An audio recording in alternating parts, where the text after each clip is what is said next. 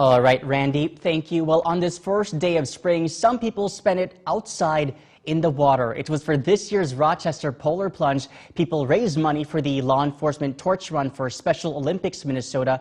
Our Devin Martin was there today. He shares what this event means for people and why it also looks different because of the pandemic. This is one of the warmest days in Rochester City history for the Polar Plunge, but as you can see, people are jumping into the water and having a good time, regardless of what happens. Even though it's a warm day, don't let the weather fool you. People jumping in had to deal with water being at 32 degrees. Really a walk in the park compared to what we've done in the past. But the people jumping in didn't think so.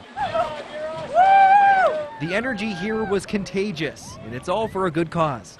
So far, there are over 450 plungers, and together they've raised over $160,000 for law enforcement torch run for Special Olympics Minnesota.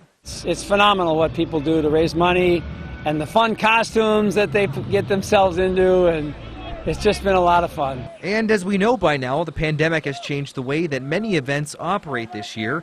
For this event, people could either do an in-person plunge or participate in something new, a virtual plunge.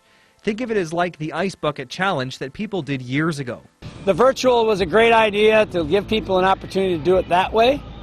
If they didn't feel they want to be around a crowd. But for the serious people wanting to plunge this year, only 26 people were allowed to plunge every 15 minutes. And some plungers tell me they had a good time. It felt good to plunge today. This is my 4th year doing this. Our team has grown every year, so that's great. We have 2 groups of plungers. One travels throughout Minnesota and jumps, and the other stays local. Freezing for a reason. In Rochester, Devin Martin, ABC 6 News.